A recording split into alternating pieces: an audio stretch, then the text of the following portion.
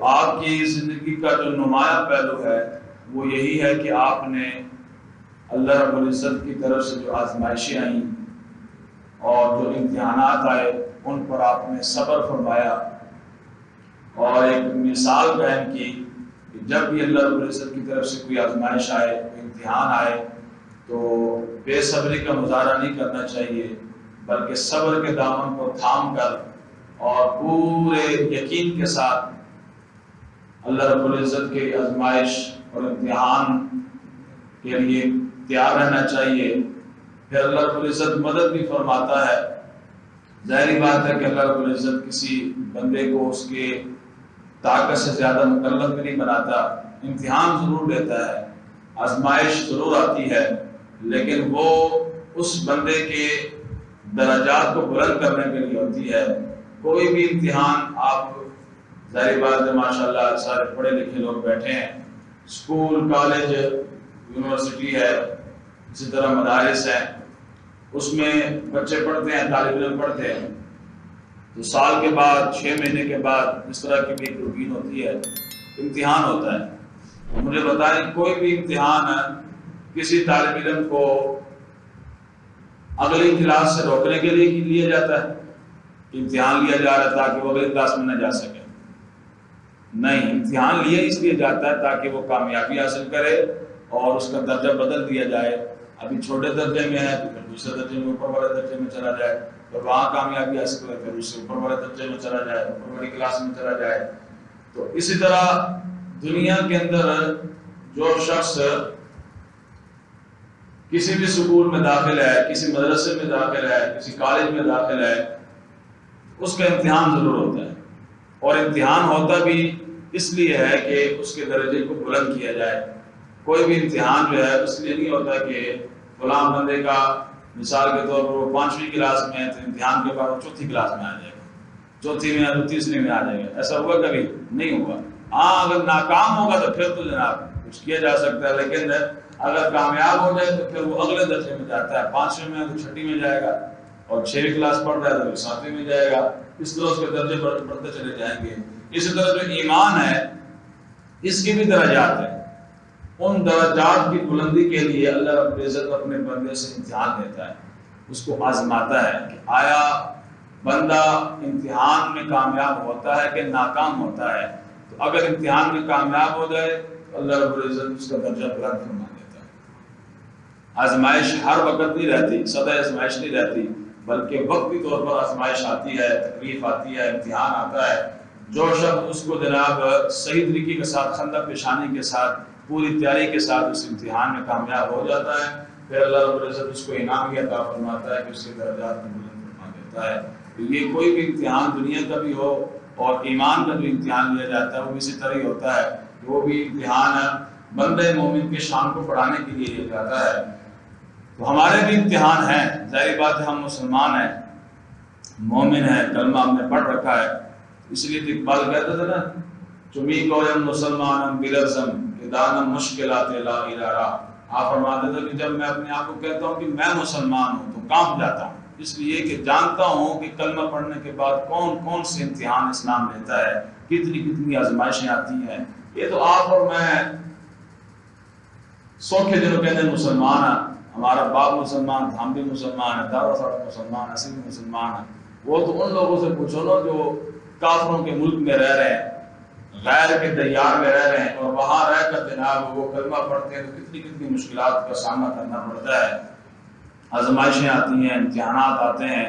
وہ تو ان سے جا کر پوچھا جائے نا، ہم تو یہاں اسلامی ملک ہے، پھر جناب ہمارا باپ دادا مسلمان، ہم بھی مسلمان، ہمارے لیے کیا مشکل ہے؟ کوئی مشکل کوئی نہیں ہے، لیکن پھر بھی اللہ رب العزت ہم سے امتحان لیتا ہے۔ کبھی ایسا امتحان ہوتا ہے کہ جناب بندے کے پاس پیسے نہیں ہوتے، اللہ رب العزت مال کی کمی کر کے جناب اس کو آزماتا ہے کہ آیا بندہ شکو شکایت کر رہا ہے یا صبر کر رہا ہے۔ ہمارے ہاں ہوتا کیا ہے، کسی کے پاس کافی زیادہ پیسے ہیں، مالدار انسان ہے، لیکن اچانک جناب کاروبار ختم ہو گیا اور جناب گاڑیاں بھی ختم ہو گئی، گھر بھی چلا گیا، پیسے بھی کم ہو گئے، ختم ہو گئے۔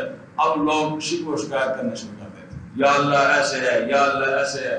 اب وہ امتحان ہے اس بندے کا کہ جس نے تجھے دیا تھا گاڑیاں جس نے تجھے دی تھی، جس مالک نے تجھے جناب گھر دیا تھا، جس مالک نے تجھے پیسے دیے تھے، اسی مالک نے تیرا امتحان لیا ہے اور تجھے آزمایا ہے کہ آیا تو صبر کرتا ہے یا بے صبری کا مظاہرہ کرتا ہے۔ لیکن ہمارے ہاں لوگ بے صبری کا مظاہرہ کر دیتے ہیں اور بے صبر ہو جاتے ہیں، اور بے صبری میں آ کر پتہ نہیں کیا کیا زبان پر لے آتے ہیں۔ حالانکہ ایسا نہیں کرنا چاہیے، بلکہ انبیاء علیہ السلام کی سیرت کو دیکھتے ہوئے، ان کی سیرت پر عمل کرتے ہوئے، اور بالخصوص ہمارے نبی اکرم صلی اللہ علیہ وسلم کی سیرت پر عمل کرتے ہوئے، حضور کے صحابہ کی سیرت پر عمل کرتے ہوئے، حضور کے اہل بیت کی سیرت پر عمل کرتے ہوئے ان کو دیکھنا چاہیے کہ ہماری تو حیثیت ہی کچھ نہیں ہے، ہم سے تو اسلام نے امتحان بھی کچھ نہیں لیا، نہ ہم پر اس قسم کی کوئی آزمائش آئی جس طرح کہ انبیاء علیہ السلام پر آزمائشیں آئیں، خود رسول اللہ صلی اللہ علیہ وسلم پر جو آزمائشیں آئیں، پھر جناب حضور کے صحابہ پر آزمائشیں آئیں، حضور کے اہل بیت پر جو آزمائشیں آئیں، ہم پر کوئی آئی اس طرح کی آزمائش؟ کوئی ہم سے ایسا امتحان لیا گیا؟ کوئی بھی نہیں لیا گیا۔ اس لیے بندے کو بے صبری کا مظاہرہ نہیں کرنا چاہیے۔ اللہ قرآن میں فرماتا ہے وَلَنَبْلُوَنَّكُمْ بِشَيْءٍ مِّنَ الْخَوْفِ وَالْجُوعِ وَنَقْصٍ مِّنَ الْأَمْوَالِ وَالْأَنفُسِ وَالثَّمَرَاتِ وَبَشِّرِ الصَّابِرِينَ۔ فرمایا ہم ضرور، دو تاکیدیں لگائیے عربی گرامر کے مطابق، دو تاکیدیں، لام بھی تاکید کا ہے، اگر نون تاکید ثقیلہ کا لگایا اللہ رب العزت نے، فرمایا وَلَنَبْلُوَنَّكُمْ، فرمایا ہم تمہیں ضرور آزمائیں گے، جو مرضی ہو جائے آزمائیں گے ضرور ہمیں تمہیں، اور تمہارے امتحان ضرور لیں گے۔ کس کے ساتھ؟ بِشَيْءٍ مِّنَ الْخَوْفِ، کسی موقع پر تمہیں خوف دے کر تمہیں آزمائیں گے، اور کہیں فرمایا بِشَيْءٍ مِّنَ الْخَوْفِ وَالْجُوعِ، اور کہیں تمہیں بھوک دے کر تمہیں آزمائیں گے، یعنی کسی ٹائم کھانا تمہیں نہیں دیں گے، بعض اوقات ایک دن کا کھانا تمہیں نہیں دیں گے، بعض اوقات 3 دن کے لیے فاقہ ہو جائے گا، آزمائیں گے تمہیں، تم کیا کرتے ہو؟ کیا زبان پر شکوہ و شکایت لے کر آتے ہو، یا صبر کا دامن مضبوطی کے ساتھ تھام کر کہ بھائی اگر 3 دن سے پہلے اللہ رب العزت ہمیں عطا فرما رہا تھا، اگر ابھی نہیں کر رہا تو یہ اللہ کا کوئی امتحان ہوگا، اللہ کی طرف سے کوئی آزمائش ہوگی، تو اس پر صبر کرنا چاہیے۔ وہی مالک ہے جس نے ماں کے پیٹ میں بچے، جب ہم چھوٹے تھے بچے تھے اس وقت اللہ نے عطا کیا، تو ابھی نہیں دے گا وہ رزق، کیسے ہو سکتا ہے؟ لیکن اس وقت لوگ بے صبری کا مظاہرہ کرتے ہیں اور اس کے بعد شکوہ و شکایت کرنا شروع کر دیتے ہیں، اور زبان پر کفری کلمات تک بھی ان کے آ جاتے ہیں۔ تو ایسا کام نہیں کرنا، بلکہ ایسی آزمائش آ جائے، امتحان آ جائے، تکلیف آ جائے تو فوراً صبر کا دامن مضبوطی کے ساتھ تھام کر نماز کے ذریعے، یا ایھا الذین آمنوا استعینوا بالصبر والصلاۃ ان اللہ مع الصابرین، اللہ فرماتا ہے ایمان والو نماز کے ذریعے اور صبر کے ذریعے اللہ سے مدد طلب کرو۔ نماز کی کثرت شروع کر دیں، نوافل پڑھنے شروع کر دیں، اللہ کی طرف رجوع شروع کر دیں، اللہ کی طرف حاضر ہونا شروع ہو جائیں، اور دل ہی دل میں جناب اپنے گناہوں پر نادم ہو کر توبہ کرنا شروع کر دیں، انشاءاللہ دوبارہ جناب سارے امتحانات بھی ختم ہو جائیں گے، آزمائشیں بھی ختم ہو جائیں گی۔ سدا آزمائش نہیں رہتی، سدا امتحان نہیں رہتا، چند لمحوں کے لیے آتا ہے، چند لمحوں کے لیے جو آتا ہے وہ بندے مومن کا امتحان ہوتا ہے۔ اگر بندے مومن صبر کا دامن مضبوطی کے ساتھ تھام لے، اللہ رب العزت اس کے درجات کو بلند فرما دیتا ہے۔ وَلَنَبْلُوَنَّكُمْ بِشَيْءٍ مِّنَ الْخَوْفِ وَالْجُوعِ وَنَقْصٍ مِّنَ الْأَمْوَالِ، اللہ فرماتا ہے کہ ہم ان کے مالوں میں کمی کر کے اس کو آزمائیں گے، تمہیں ضرور بے ضرور آزمائیں گے، مالوں میں کمی کر کے، وَنَقْصٍ مِّنَ الْأَمْوَالِ وَالْأَنفُسِ وَالثَّمَرَاتِ، تمہاری جانوں میں کمی کر کے تمہیں آزمائیں گے۔ مثال کے طور پر کسی کو بیٹا عطا ہوا اور بیٹا عطا ہوتے جناب فوت ہو گیا، اب یہ اللہ تبارک و تعالیٰ کی طرف سے جو بھی ہے اس پر بندے کو صبر کرنا چاہیے، نہ کہ وویلا کرنا شروع کر دے اور شکوہ و شکایت شروع کر دے۔ مالوں میں کمی کر کے تمہیں آزمائیں گے، اللہ فرماتا ہے جانوں میں کمی کر کے، اور تمہارے پھلوں میں کمی کر کے جناب تمہیں آزمائیں گے۔ فرمایا کہ جو بندہ اس امتحان میں کامیاب ہو جائے گا وَبَشِّرِ الصَّابِرِينَ، اے میرے محبوب آپ پہ صبر کرنے والوں کو بشارت عطا فرما دے، اللہ تعالیٰ کو جنت ضرور عطا فرمائے گا۔ تو اس لیے امتحان ہر بندے مومن کا ہوتا ہے۔ انبیاء علیہ السلام کے امتحانات ہوئے تو آپ تو اور میری تو حیثیت کچھ بھی نہیں بنتی نا۔ آپ ذرا انبیاء کی سیرت کو پڑھ کر دیکھیں، اللہ کے بندو، جناب ابراہیم خلیل اللہ جن کی ایام ابھی چل رہے ہیں ان کی اگر آپ سیرت پڑھ کر دیکھیں، جس طرح میں نے پہلے عرض کر دیا کہ آپ کی سیرت کا سب سے نمایاں پہلو یہی ہے کہ آپ کو بار بار آزمایا گیا اور کئی مرتبہ آپ سے امتحانات لیے گئے، اور اتنے سخت امتحانات لیے گئے کہ آپ اور میں تو اس کا تصور بھی نہیں کر سکتے، لیکن پھر بھی جبل استقامت بن کر اور یقین کے ساتھ پورے صبر کا دامن مضبوطی کے ساتھ تھام کر آپ نے صبر کا مظاہرہ کیا اور اللہ رب العزت کے امتحانات کے سامنے اپنا سر تسلیم خم کیا. پھر صبر امتحان نہیں رہا, پھر اللہ رب العزت نے امتحان کو ٹال دیا. آج ابراہیم خلیل اللہ کا نام چمک رہا ہے اور قیامت تک جناب لوگ ان کے یاد نام لے کر جناب سینے کو ٹھنڈک پہنچاتے رہیں گے. یقیناً امتحان ہوتا ہے, ہر امتحان کے بعد, ہر مشکل کے بعد اللہ فرماتا ہے ان مع العسر یسرا. اللہ فرماتا ہے کہ ہر تنگی کے بعد, ہر پریشانی کے بعد, ہر امتحان کے بعد, ہر آزمائش کے بعد آسانی ضرور آنی ہے, لیکن تھوڑا ٹائم لگتا ہے, وقت لگتا ہے.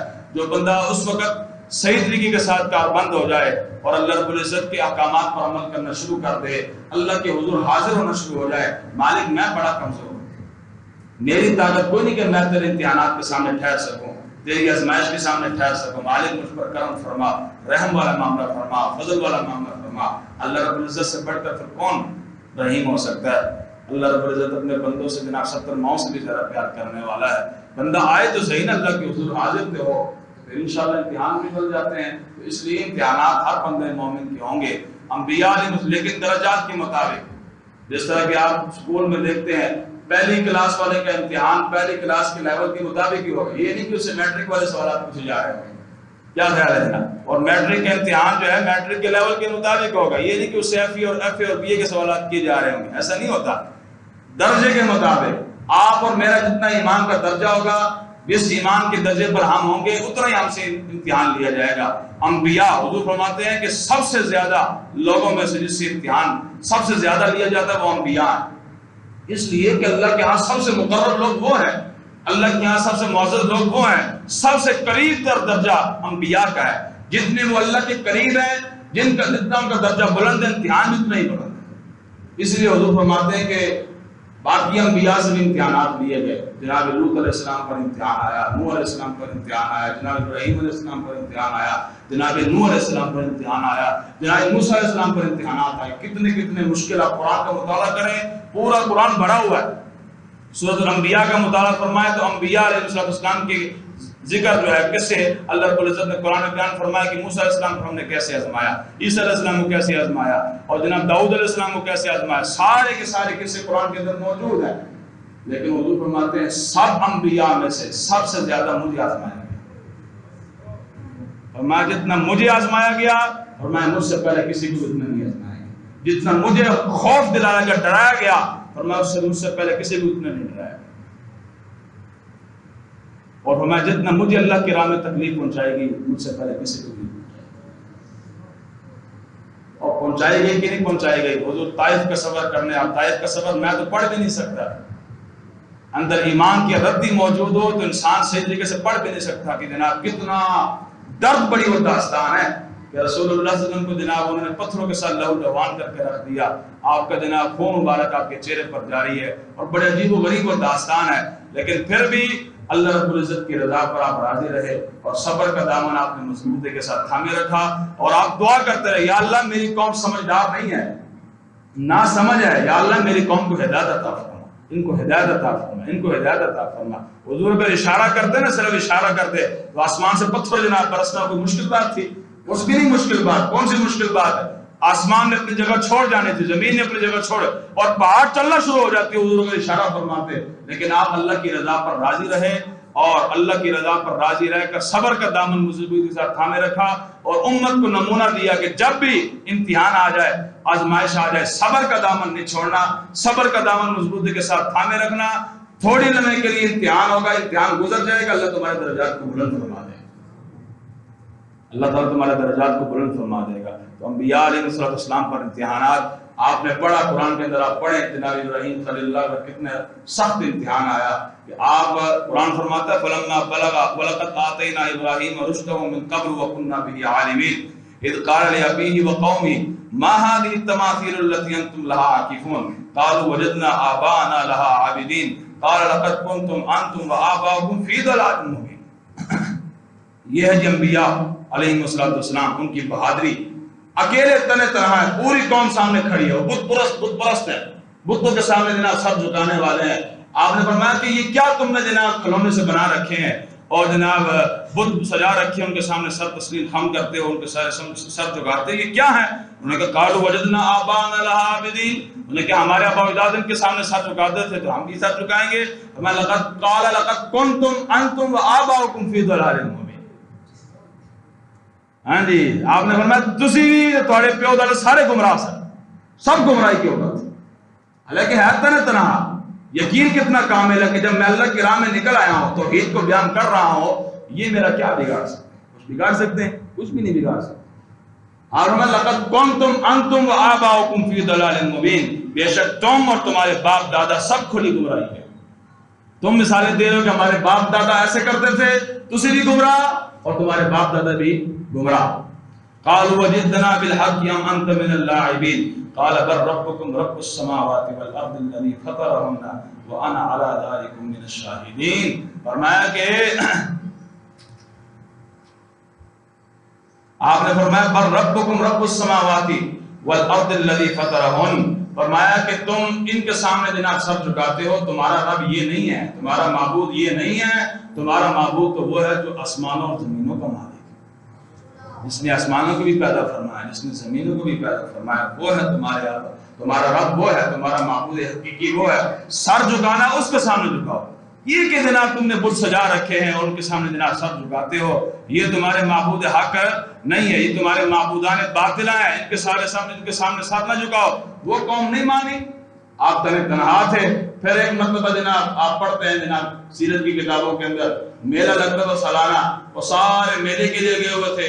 جناب ابراہیم خلیل اللہ علیہ السلام، آپ نے جناب کلہاڑا اٹھایا اور ان کے جناب بت خانے میں داخل ہوئے اور سارے بتوں کو جناب آپ نے توڑنا شروع کر دیا۔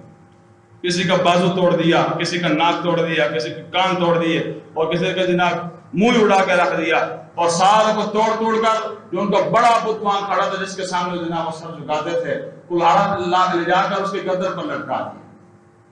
واپس آ گئے، جب واپس آئے قوم والے آئے تو انہوں نے دیکھا کہ جناب عجیب بات ہے کہ جناب ان کے جو معبودان باطلہ ہیں، جو ان کے رب جو انہوں نے بنائے ہوئے تھے، وہ سارے کے سارے، کسی کا ہاتھ کٹا ہوا ہے، کسی کا ناک کوئی نہیں ہے، کسی کا کان کوئی نہیں ہے اور کسی کا سر کوئی نہیں ہے، وہ کیا کیا حالات ہیں۔ فرمایا کہ قالوا من فعل هذا بآلهتنا انه لمن الظالمین، وہ کہنے لگے ہمارے ان معبودان کے ساتھ جن کی ہم عبادت کرتے ہیں، ہمارے معبودوں کے ساتھ کس نے یہ سلوک کیا ہے؟ آپس میں ایک دوسرے کو جب دیکھنے لگے تو کسی نے آواز دی کہ قالوا سمعنا فتى يذكرهم يقال له ابراہیم، فرمایا کہ ہم نے ان میں سے کچھ بولے، ہم نے ایک جو ان کو انہیں برا کہتے سنا، جسے ابراہیم کہتے ہیں۔ اعلیٰ حضرت فرماتے ہیں کہ ان میں سے بات کرنے لگے کہ جو ہمارے بتوں کو برا کہتے تھے نا، ان کا نام ابراہیم ہے، ہو سکتا ہے کہ ابراہیم نے ایسا کام کیا ہو۔ آپ کو بلایا گیا، قالوا فأتوا به على أعين الناس لعلهم يشهدون قالوا أنت فعلت هذا بآلهتنا یا ابراہیم، آپ کو بلایا گیا اور بلا کر کہنے لگے ابراہیم یہ کام آپ نے کیا ہے؟ کہ سارے جناب جو رب نصیب بڑھائے نا جناب، کسی زبان تو لائی ہے، کسی جناب کن اور کسی کا جناب آنکھیں اور کسی کا جناب سر، یہ سارے کے سارے تو نے اتارے ہیں۔ ابراہیم علیہ السلام فرمانے لگے قال بل فعله كبيرهم هذا فاسألهم إن كانوا ينطقون، فرمایا کہ یہ میں نے کام نہیں کیا، ان کے بڑے نے کیا ہوگا، جس کے گردن پر کلہاڑا لٹک رہا ہے یہ کام تو اس نے کیا ہوگا۔ فاسألهم إن كانوا ينطقون، اس سے پوچھو نا، تسی کہنا جناب ہمارا یہ معبود ہے، ان کے سامنے ساتھ جھکاتے ہیں، ان سے پوچھو نا، کس سے پوچھو جناب کہ اس یہ کام کس نے کیا؟ فرجعوا الى انفسهم فقالوا انكم انتم الظالمون ثم نكسوا على رؤوسهم لقد علمت ما هؤلاء ينطقون قال فتعبدون من دون الله ما لا ينفعكم شيئا ولا يضركم اف لكم ولما تعبدون من دون الله افلا تعقلون۔ فرمایا کہ تمہیں شرم نہیں آتی؟ افسوس ہے تم پر بھی اور ان پر بھی جن کی تم عبادت کرتے ہو، نہ تمہارے نفع کے وہ مالک، نہ تمہارے نقصان کے مالک، نہ تمہاری آواز سن سکتے ہیں۔ آپ نے فرمایا کہ ان کو جو تمہارا بڑا بت جس کے گردن پر کلاڑا لٹک رہا ہے، اس سے پوچھو نا کہ تمہارے باقی جو تم نے بنائے ہوئے ہیں ان کے ساتھ یہ سلوک کس نے کیا ہے؟ وہ کہنے لگے یہ تو بول نہیں سکتا، یہ تو بول ہی نہیں سکتا۔ آپ نے فرمایا جب بول نہیں سکتا تو پھر افسوس ہے تم پر بھی اور ان پر بھی جو جن کی تم عبادت کرتے ہو، نہ تمہارے نفع کے مالک ہیں نہ تمہارے نقصان کے مالک ہیں، ہمارا رب تو وہ ہے احکم الحاکمین۔ ان کو بڑی تکلیف ہوئی اس بات سے، انہوں نے پھر جناب پروگرام بنایا کہ ان کو سزا دی جائے، جناب ابراہیم خلیل اللہ کو۔ اب آپس میں مشورہ طے کیا کہ کیا کرنا چاہیے. بہرحال اجتماع کے بعد، مشاورت کے بعد یہ طے پایا کہ جناب ایک آگ جلائی جائے، اس آگ کے اندر جناب ابراہیم علیہ السلام کو ڈال دیا جائے، آپ کا نام و نشان بھی ختم ہو جائے گا. ان کو کیا پتا تھا کہ ابراہیم خلیل اللہ ہیں. فانوس بن کر جس کی حفاظت ہوا کرے، وہ شمع کیا بجھے جس سے روشن خدا کرے. ان کے اندر کیوں؟ وہ تو بس اپنے عقل کے گھوڑے دوڑا رہے تھے نا. ان کو کیا پتا کہ سامنے کون کھڑا ہے؟ سامنے جناب ابراہیم خلیل اللہ کھڑے، اللہ کے پیغمبر کھڑے، اللہ کے پیغمبر کھڑے، اللہ کے نبی کھڑے، حضور کے جد امجد کھڑے، حضور کے جد امجد کھڑے ہیں. جہاں سے حضور صلی اللہ علیہ وسلم کا جناب آپ کی پیدائش، آپ کے جد امجد ابراہیم خلیل اللہ ہے نا. تو ابراہیم خلیل اللہ سامنے کھڑے ہیں. انہوں نے جناب پروگرام بنا کر، مفسرین نے لکھا کہ 90 فٹ اونچی اونچی دیواریں انہوں نے بنائی چاروں طرف سے، اور اعلان ہو گیا نمرود بادشاہ کی طرف سے کہ لکڑی اکٹھی کرو. 1 مہینے تک جناب تقریباً لکڑی اکٹھی کی جاتی رہی. آپ اندازہ لگائیں کتنی لکڑی انہوں نے اکٹھی کی ہو. اور حکم تھا کہ جو لکڑی اکٹھی نہیں کرے گا اس کو بھی آگ میں ڈالا جائے گا. اب قوم ڈر گئی، وہ جناب جاتے اور جا کر لکڑی اکٹھی کر کے لے آتے. 1 مہینے تک وہ 90 فٹ جو دیوار تھی اس کے اندر لکڑی اکٹھی کی گئی اور پوری بھر دی گئی. پھر آگ کو جلایا گیا. جب آگ کو جلایا گیا، مفسرین فرماتے ہیں کہ اتنی اس کی تپش تھی کہ اوپر سے پرندہ گزرتا تھا وہ بھی جل کر راکھ ہو جاتا تھا. اتنی تپش والی آگ. آپ وہ پریشان تھے کہ ابراہیم علیہ السلام کو اس کے اندر ڈالیں کیسے؟ اگر قریب جاتے تو خود جل جاتے ہیں. کیا کیا جائے؟ انہوں نے پھر ایک منجنیق تیار کی جس کے ذریعے جناب وہ پتھر پھینکا کرتے تھے. اس کے اندر ابراہیم علیہ السلام کو بٹھایا اور بٹھا کر آج یہ سارے امتحان ہو رہے ہیں ابراہیم علیہ السلام کے. اللہ رب العزت کی توحید کا آپ نے اعلان کیا، تنہا آپ نے اعلان کیا، آزمائش شروع ہو گئی، امتحان شروع ہو گیا. اب اللہ رب العزت چاہتا تو اس وقت بھی بچا لیتا. اللہ تبارک و تعالی ان اللہ علی کل شیء قدیر ہے کہ نہیں ہے؟ قادر تو وہ تھا کہ اس وقت بھی بچا لیتا، کہ جناب منجنیق میں بیٹھنے نہ دیتا، ان کی منجنیق کو جناب تباہ و برباد کر کے رکھ دیتا، آگ جلاتا ہی نہیں. لیکن امتحان کہاں کامیاب ہونا تھا؟ امتحان مکمل نہیں ہونا تھا. امتحان اس وقت مکمل ہونا تھا جب آگ کے اندر چلے جاتے. منجنیق میں آپ کو ڈالا گیا اور منجنیق جناب چلا دی گئی. ابراہیم علیہ السلام اللہ تعالیٰ کے پیارے پیغمبر، آپ آگ میں تشریف لے گئے. آگ میں جب تشریف لے گئے تو آگ میں جا کر اب آگ میں کھڑے ہیں. اب مفسرین فرماتے ہیں کہ جناب آسمان کے نوری فرشتے تھے، انہوں نے اللہ کی حضور عرض کی مالک کائنات، ایک ہی تو ابراہیم ہے جو تیری عبادت کرتا ہے، اس سے امتحان. اللہ نے فرمایا جاؤ، اگر تو ابراہیم تم سے مدد مانگے تو پھر اس کی مدد کر. کیونکہ اللہ رب العزت کو پتا تھا کہ ابراہیم کا یقین مجھ پر ہے. وَمَن يَتَوَكَّلْ عَلَى اللَّهِ فَهُوَ حَسْبُهُ، جو اللہ پر بھروسہ کر لے، اللہ پر توکل کر لے، اللہ اس کے لیے کافی ہو جاتا ہے، کسی چیز کی ضرورت نہیں ہوتی. لو جی پھر فرشتے آئے آپ کے پاس. مفسرین لکھتے ہیں کہ فرشتے آپ کے پاس آئے، انہوں نے کہا جناب ہم آپ کی مدد کرنا چاہتے ہیں. میں مجھے تمہاری مدد کی کوئی ضرورت نہیں. پھر جناب جبریل آئے. اس سے پہلے ہوا کا فرشتہ جو ہے جس کی ڈیوٹی ہوا والی، وہ فرشتہ آیا اور اس نے آ کر عرض کی جناب ابراہیم آپ حکم فرمائے کہ آپ کو اڑا کر لے جاتا ہوں. آپ نے مجھے تمہاری کوئی ضرورت کوئی نہیں. پھر جناب جبریل آئے. مفسرین نے لکھا جناب جبریل آئے، انہوں نے کہا حضور میں آپ کی خدمت کرتا ہوں، میں آپ کی مدد کرتا ہوں، مجھے تمہاری کوئی ضرورت کوئی نہیں. پھر کہنے لگے کہ آپ اللہ کے حضور کو عرض کر دیں نا، مجھ سے نہیں مانگتے، اللہ کے حضور تو مانگ لیں. اللہ میرے حال سے زیادہ واقف ہے.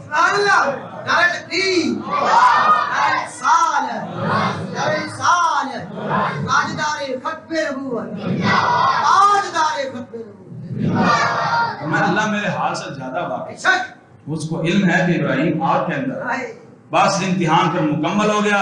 امتحان جب مکمل ہو گیا اب قرآن کہتا ہے قُلْنَا يَا نَارُ كُونِي بَرْدًا وَسَلَامًا عَلَىٰ إِبْرَاهِيمَ. اے آگ اتنا ہی امتحان لینا مقصود تھا کہ ابراہیم کرتا کیا ہے. اب ابراہیم آگ میں آ گیا، کسی سے مدد بھی نہیں مانگی، مجھ پر یقین ہے آگ ٹھنڈی بھی ہو جائے سلامتی والی بھی ہو. مفسرین فرماتے ہیں یہاں 2 لفظ ہیں، کونی بردن و سلاما، ٹھنڈی بھی ہو جائے اور سلامتی والی بھی ہو جائے. اگر صرف اللہ فرماتا ہے بردہ ٹھنڈی ہو جائے تو اتنی ٹھنڈی ہو جاتی کہ ابراہیم علیہ السلام کو ٹھنڈ لگنا شروع ہو جاتی. تو یہ بھی تو ابراہیم کو تکلیف تھی نا، پیارے کو جناب تکلیف دینا تھی کہ ٹھنڈ لگنی شروع ہو جاتی. اللہ نے فرمایا ٹھنڈی بھی ہو جائے سلامتی والی بھی ہو جائے. ٹھنڈ بھی ہو، ابراہیم علیہ السلام کو تکلیف بھی نہیں ہوتی. امتحان مکمل ہو گیا. اتنا صرف اسلام امتحان لیتا ہے، اللہ رب العزت نے امتحان لیتا ہے، لیکن ہم وہ بھی امتحان دینے کے لیے تیار کون نہیں ہے. وہ تو اللہ کے نبی ہیں، ان سے اگر امتحان لیا گیا تو تیری میری حیثیت کیا بنتی ہے؟ کوئی حیثیت نہ، کوئی حیثیت نہیں بنتی. ان سے امتحانات لیے گئے لیکن انہوں نے صبر کا دامن نہ چھوڑا. بے صبری کا مظاہرہ نہ کیا، اللہ پر توکل کیا، اللہ پر یقین کیا، اللہ رب العزت نے امتحان میں سفر فرمایا۔ اسی قسم کی ایک مثال حضور کے غلام کی بھی ملتی ہے، جن کو ابراہیم ثانی کہا جاتا ہے، ابراہیم ثانی کہا جاتا ہے۔ حضرت ابو مسلم خولانی رضی اللہ تعالیٰ عنہ، یمن کے اندر اسود انسی، اس نے دعوی نبوت کر دیا، جھوٹا دعوی نبوت اس نے کیا، اس نے کہا جناب میں نبی ہوں، اور اس نے جناب کافی ساری فوج تیار کی، بندے جناب اس کے ساتھ ملنا شروع ہو گئے۔ آپ کو پتہ ہے کہ شر جو ہے نا، شر اور غلط چیز جو ہے وہ بڑی تیزی کے ساتھ پھیلتی ہے، اس کا اثر بڑی تیزی کے ساتھ پھیلتا ہے بنسبت نیکی کے، خیر کے۔ اس نے جب دعوی نبوت کیا تو لوگ اس کے ساتھ ملنا شروع ہو گئے، اور ملتے ملتے کافی اس کی فوج تیار ہو گئی۔ یمن کے علاقے کے اندر جناب تابعی بزرگ ابو مسلم خولانی رضی اللہ تعالیٰ عنہ موجود تھے۔ اس اسود انسی نے ان کی طرف پیغام بھیجا کہ ان کو کہو کہ وہ بھی میری نبوت پر ایمان لے آئیں۔ آپ نے فرمایا یہ گردن تو کٹ سکتی ہے، رسول اللہ سے بے وفائی نہیں کر سکتی۔ اس نے پھر جناب بندے بھیجے، اپنے چمچے خرچے بھیجے، ان کو پکڑ کے لے آؤ۔ جناب مسلم خولانی آپ کو جناب پکڑ کر لایا گیا۔ جب آپ سامنے کھڑے ہوئے تو کہنے لگا تشہد انی رسول اللہ۔ یہی سوال حضرت حبیب بن زید سے بھی ہوا، وہی سوال جناب ابو مسلم خولانی سے بھی ہوا۔ وہ کہنے لگا تشہد انی رسول اللہ، تو گواہی دیتا ہے کہ میں اللہ کا رسول ہوں؟ اور میں کی بکواس کی تھی، میں نے سنی کوئی۔ عاشق یہ ہوتا ہے، یہ نہیں کہ جناب میں فلاں کی بھی سن لیتا ہوں، میں فلاں کی بھی سن لیتا ہوں۔ حضرت صاحب سننا کون سا کبات والی کام ہے کہ سن بھی لینا چاہیے، کوئی بات نہیں۔ یہ الو مرزا انجینئر کوئی بات کرتا سن لینا چاہیے۔ کیا ہوتا سننے سے؟ کیا ہوتا سننا بھی نہیں گا۔ حضور کے خلاف بات ہو تو سننی ہی کو نہیں، کان بند کر دو، کان سے صرف حضور کی نعتیں سنو، حضور کی شانیں سنو، بس۔ کان اللہ نے اپنے حبیب کے خلاف بات سننے کے لیے پیدا ہی نہیں کی ہے۔ ان کانوں سے سننا ہے تو سب سے اولا ہو، اور بولو میں نے پتا گرمی دی حرارت ہے وے، لیکن کم از کم اپنی ایمان دی حرارت تو محسوس کراؤ نا۔ سب سے اولا ہو والا، سب سے بالا ہو والا، اپنے مولا کا پیارا، دونوں عالم کا دولا، زمین و زمان، مکین و مکان، چنین و چنا، ہم آئے یہاں اٹھے بھی وہاں، جہان میں زبان بدن میں ہے جان، سب کچھ رسول اللہ۔ ان کانوں سے صرف حضور کی شانیں سنو۔ اس نے جب کہا تو گواہی دیتا کہ میں اللہ کا رسول ہوں، پر میں کی بکواس کی تھی، میں تجھے سنے، یہ نہیں کہ سن لیتا ہوں، نہیں کیوں سننا ہے، اور کیا بکواس کی، میں نے سنا ہی نہیں ہے۔ پھر کہنے لگا تشہد ان محمد رسول اللہ، تو گواہی دیتا ہے کہ محمد اللہ کے رسول ہوں؟ میں ہاں میں گواہی دیتا ہوں کہ محمد اللہ کے رسول ہے۔ دوسری مرتبہ اس نے پوچھا کہ گواہی دیتا ہے کہ میں اللہ کا رسول ہوں؟ میں کی بکواس کی تھی، میں نے سنا ہی کو نہیں۔ پھر اس نے کہا گواہی دیتا ہے کہ محمد اللہ کے رسول ہوں؟ میں ہاں میں گواہی دیتا ہوں کہ محمد اللہ کے رسول ہے۔ وہ کہنے لگا عجیب بہر ہے، میری گالا ہے تو سننا کوئی نہیں، حضور کی بات ہے سن لیتا ہے۔ آپ نے قیامت تک پیغام دیا، بات اسی کی سننی ہے جو اللہ کے رسول کا فرما بردار، جو حضور کا غلام ہوگا، جو الو کا پٹھا ہوئے، اس کی بات کیوں سننی، اس کی بات سننی کون نہیں۔ تیسری مرتبہ اس نے آپ سے پوچھا گواہی دیتا ہے کہ میں اللہ کا رسول ہوں؟ اور میں نے کیا بکواس کی، میں نے سنی۔ گواہی دیتا ہے کہ محمد اللہ کے رسول ہوں؟ میں ہاں میں گواہی دیتا ہوں۔ پھر اس نے آگ کے لیے آگ جلائی، جس طرح ابراہیم علیہ السلام کے لیے آگ جلائی گئی نا، وہی واقعہ دوبارہ رونما ہوا۔ آگ کے لیے آگ جلائی گئی، اور آگ جلائی گئی تو آگ کو آگ میں ڈالنے سے پہلے ایک مرتبہ پھر اس نے پوچھا کہ ہاں گواہی دیتا ہے؟ اور میں نہیں، گردن کاٹ لے، جان چلی جائے، حضور سے بے وفائی نہیں کر سکتا۔ جان کی کیا حیثیت ہے جناب، جان تو چلی جائے گی، جا کے حضور کی جواب دیان ہے۔ اس راستے جناب جان چلی جائے، حضور سے بے وفائی نہیں کر سکتا۔ آخر نبی رسول اللہ کی ساتھ صلی اللہ علیہ وسلم، اس نے پھر آپ کو آگ میں ڈال دیا، آگ میں ڈال دیا۔ آپ آگ میں رہے، کافی عرصہ رہے، جس طرح ابراہیم علیہ السلام رہے، اللہ رب العزت کی شان۔ آپ آگ میں رہے، تھوڑی دیر کے بعد میں مسکراتے ہوئے باہر تشریف لائے۔ بات سمجھے کہ نہیں؟ مسکراتے ہوئے جب باہر تشریف لائے تو جناب وہ سارے صحرا اس چکر میں تھے کہ ابھی جا کر ہڈیاں کٹیاں کریں گے اور جناب جل کر راکھ ہو چکے ہوں گے۔ آج ہنستے ہوئے باہر آئے، مسکراتے ہوئے باہر آئے، ان کے پاؤں کے لیے زمین نکل گئی۔ ان نے چمچے کٹ سے کہنے لگا کہ بلا جب بچنا چاہتے ہو نا، 4 دن اپنی پیری چمکانا چاہتے ہو، انہوں نے ملک بدل کر دو، اپنے ملک سے جناب باہر نکال دو. اگر یہ یہی رہے تو جناب آپ کی پیلی نہیں چمک سکتی, اور جو آپ نے دعوی نبوت کر رکھا ہے جناب نہیں چل سکتا, اس نے پھر آپ کو ملک بدل کر. ابو مسلم خولانی وہاں سے مدینہ پاک تشریف لائے. مسجد نبی کے بعد جناب آپ نے آ کر اپنے جناب سواری کو باندھا اور اندر داخل ہو کر جناب آپ نے وضو کیا, اور وضو کر کے جناب آپ نے جناب نوافل شروع کر دیا. نفل پڑھ رہے تھے, اسی دوران فاروق اعظم آ گئے. سبحان اللہ العظیم. فاروق اعظم آئے تو اب غور سے آپ دیکھنا شروع ہو گئے فاروق اعظم رضی اللہ تعالیٰ. ابھی ابو مسلم خولانی نماز مکمل کرتے ہیں, ان سے گفتگو شنید کرتے ہیں. نماز مکمل کی تو آپ نے فرمایا کہ مجھے لگتا ہے تم مہمان ہو. میں کہا جی میں مہمان ہوں. کہاں سے آئے ہو جناب؟ میں کہا میں یمن سے آیا ہوں.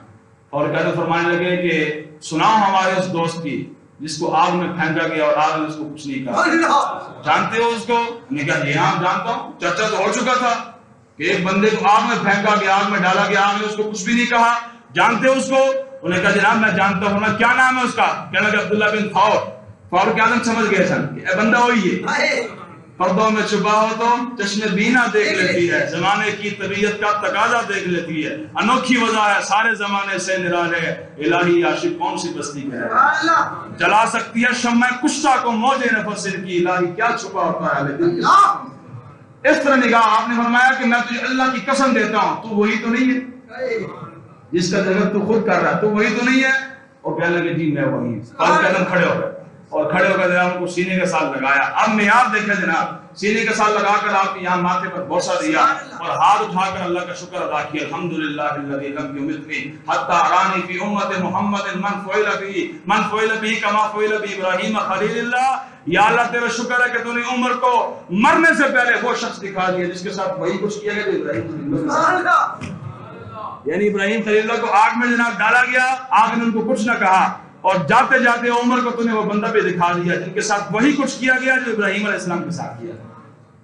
پھر فاروق اعظم رضی اللہ عنہ کا ہاتھ پکڑا, سیدھے صدیق اکبر کی بارگاہ میں لے گئے اور جا کر کہنے لگے ان کو جانتے ہو؟ فرمایا ان کا تو ہمیں انتظار تھا, ان کا تو ہم انتظار کر رہے تھے. لو جی درمیان میں تابعی بزرگ ہیں, صحابی بھی کوئی نہیں ہے, تابعی بزرگ ہیں. صحابی بولتے ہیں اس نے ایمان کی حالت میں رسول اللہ کی صحبت اختیار کی ہو, پھر ایمان کی حالت میں دنیا سے گیا ہو. تابعی وہ ہوتا ہے جس نے ایمان کی حالت میں کسی صحابی کی زیارت کی ہو, اسی ایمان کی حالت میں دنیا سے گیا ہو. بعد مانے مل کر ایک تابعی کی گرد دراز تک نہیں پہنچ سکتے, پھر لاکھوں تابعی مل کر کسی صحابی کی گرد دراز تک نہیں پہنچ سکتے. پھر صدیق اکبر ہوں, پھر فاروق اعظم ہوں رضی اللہ تعالیٰ عنہما. جب فاروق اعظم رضی اللہ عنہ پکڑ کر ان کی بارگاہ میں لے گئے نا, ہاتھ سے پکڑ کر, سیدنا صدیق اکبر بھی کھڑے ہو گئے, استقبال کیا, استقبال کر کے درمیان میں بٹھایا. صدارت انہوں نے دے دی تھی. ایک طرف صدیق اکبر بیٹھ گئے, ایک طرف جناب فاروق اعظم بیٹھ گئے. آپس میں جناب باتیں شروع ہو گئی, پوچھنا شروع کر دیا بتاؤ تمہارے ساتھ کیسے ہوا, کیا ہوا. انہوں نے سارا بتایا جناب اس طرح مجھے آگ میں پھینکا گیا اور آگ نے جناب مجھے کچھ بھی نہیں کہا, میں نکل کر آ گیا ہوں. پھر جناب جب جانے لگے نا وہ مسلم خولانی, انہوں نے کہا حضور ہمارے لیے دعا فرما دیں. صدیق اکبر کو کہنا کہ حضور دعا فرما رہے ہو, اور میں آج صدیق دعا نہیں کرے گا, آج زیادہ حق تو رکھتا ہے کہ تم میرے لیے بھی دعا کر, حضور کی امت کے لیے بھی. یہ ہے جناب معیار. تو یہ معاملہ اس امت کے جناب غلاموں کے ساتھ بھی ہوا. اللہ رب العزت نے جناب ان کو بھی صحیح سلامت رکھا. امتحان ہر وقت نہیں ہوتا, سدا امتحان نہیں رہتے, سدا آزمائشیں نہیں رہتی. وقتی طور پر اسلام بھی امتحان لیتا ہے. جو بندہ صبر کا دامن مضبوطی کے ساتھ تھام لے, قیامت تک نام اس کا چمکتا دمکتا رہتا ہے. آپ دیکھیں نا استاد خارم صاحب, آپ پر کتنے امتحانات آئے, کتنی آزمائشیں آئیں. انبیاء علیہ السلام کی تو شان ورا الورا ہے نا, وہ تو شان ہی ورا الورا, پھر رسول اللہ کی شان, پھر صحابہ کی شان, پھر اہل بیت کی شان. ان کا جناب جو ان پر امتحانات آئے وہاں تک تمہارا تصور بھی نہیں جاتا ہمارا تصور. اس دور کے اندر جو استاد خادم صاحب پر امتحانات آئے, آزمائشیں آئیں, 6 ماہ تک ایک معذور بندے کو جناب جیل میں رکھا گیا اور جیل کی سہولتیں برداشت کی, اور ٹھنڈی سردی کے موسم کے اندر جناب پانی ڈال کر جناب کمبل ان کو دیا گیا. اتنی تکالیف برداشت کی, اللہ کے لیے, اللہ کے رسول کے لیے برداشت کی, صبر کا دامن مضبوطی کے ساتھ تھامے رکھا. مجھے بتایا نام چمک رہا کہ نہیں چمک رہا؟ اور بڑے بڑے مٹے نامیوں کے نشان کیسے کیسے, زمین کھا گئی نوجوان کیسے کیسے. بڑے بڑے صدر ممنون حسین بھی تھے نا, اور صدر پاکستان سے جناب چند ایک بندے جنازے میں شرکت کرنے والے تھے. ادھر کی محمد سے وفا تو نے, اور بولو کی محمد سے وفا تو نے, یہ جہاں چیز ہے کیا اللہ. اس لیے امتحان ہوگا، آپ کا بھی امتحان ہونا، میرا بھی امتحان ہونا ہے۔ ابراہیم علیہ السلام کی سیرت ہمیں یہی پیغام دیتی ہے۔ ابھی آپ وہ پڑھ کر دیکھیں، 86 سال کی عمر میں آپ کو اولاد نصیب ہوئی ہے۔ قصص الانبیاء ابن کثیر نے لکھا 86 سال کی عمر میں آپ کو اولاد نصیب ہوئی، پھر حکم ہوا اللہ تبارک و تعالیٰ کی طرف سے کہ اس کو بے آب و گیا جنگل میں چھوڑا، اپنی بیوی کو بھی چھوڑا اور اپنے بیٹے کو بھی چھوڑا۔ ایک مرتبہ میں نے کہا مالک یہ کیا ہے؟ 86 سال کے بعد پہلے اولاد دی ہے، پھر اتنا بڑا امتحان کہ بے آب و گیا جنگل میں جانا، تو کھانے کا انتظام ہے نہ پینے کا انتظام ہے، چھوڑاؤ۔ جب چھوڑائے واپس مڑے، بیوی نے کہا کہ اللہ کے بندے کہاں چھوڑ کر جا رہے ہو؟ آپ نے فرمایا اللہ کا حکم، بس اللہ کا حکم۔ اللہ نے فرما دیا چھوڑنا تو چھوڑ دیتے، گھر ختم۔ لو اس کے بعد 86 سال کے بعد بیٹا ملا، اس کو بے آب و گیا جنگل میں چھوڑا ہے۔ اب قرآن فرماتا ہے فلما بلغ معه السعي قال يا بني اني ارى في المنام اني اذبحك فانظر ماذا ترى۔ اب جب وہ چلنے پھرنے کے قابل ہوئے، جوان ہو، پھر اگلا امتحان شروع ہو۔ پہلا امتحان بیٹا 86 سال کی عمر میں ملا، اس کے بعد بے آب و گیا جنگل میں چھوڑا ہے، اس کے بعد جب بیٹا چلنے پھرنے کے قابل ہوا، قرآن کہتا ہے جب یعنی آپ کا جوانی شروع ہوئی، اللہ فرماتا ہے یا بنیا، قرآن کہتا ہے کہ اللہ رب العزت نے فرمایا یا بنیا انی ارى في المنام انی اذبحك فانظر ماذا ترى۔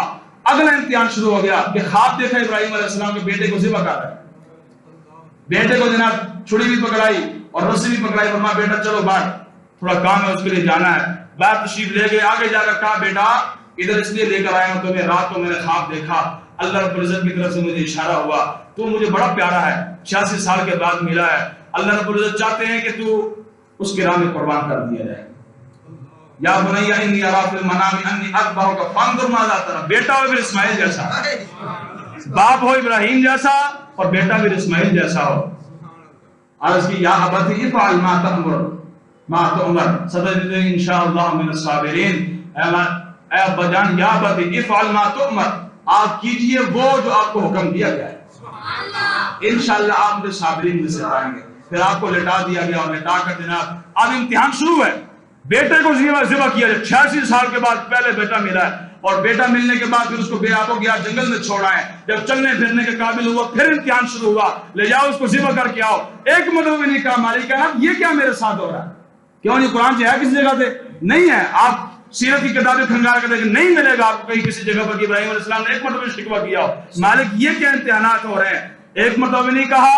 اب جب لے گئے، لے جا کر جناب وہاں کو لٹا دیا گیا، لٹا کر جناب چھری چلانے لگے، امتحان مکمل ہو گیا، امتحان مکمل ہو گیا۔ اب اللہ رب العزت نے یا ابراہیم قد صدقت الرؤیا، اے ابراہیم تم نے خواب سچا کر کے دکھا دیا، تمہارا امتحان مکمل ہو گیا۔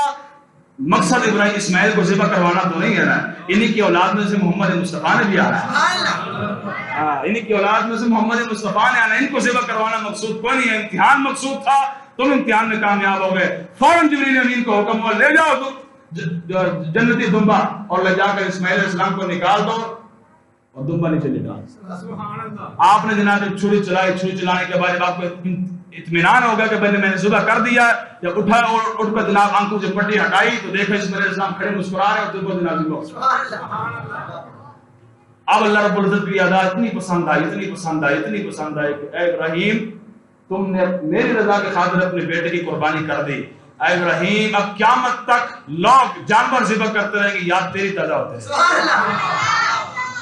اور ہی کے لیے یاد تازہ ہوتی ہے۔ اس لیے امتحان سدا نہیں ہوتے، آزمائشیں سدا نہیں ہوتی، اس وقت آپ نے صبر کا دامن مضبوطی کے ساتھ تھامے رکھنا ہے، انشاءاللہ کامیابی آپ کے پاؤں چومے گی اور درجات کی آپ کی بلندی انشاءاللہ ضرور ہوگی۔ کوئی بھی امتحان دنیا کا کسی کو گرانے کے لیے نہیں آتا، اٹھانے کے لیے آتا ہے۔ اور یا رسول اللہ کی صلی اللہ علیہ وسلم کی ساری زندگی اٹھا کر دیکھنے آپ پر کتنی کتنی آزمائشیں آئیں، کتنی کتنی تکالیف آپ پر آئیں، آپ نے بھی کبھی صبر کا دامن نہیں چھوڑا، ایک مرتبہ زبان پر نہیں لے کر آئے کہ یا اللہ یہ میرے ساتھ کیا ہو رہا ہے۔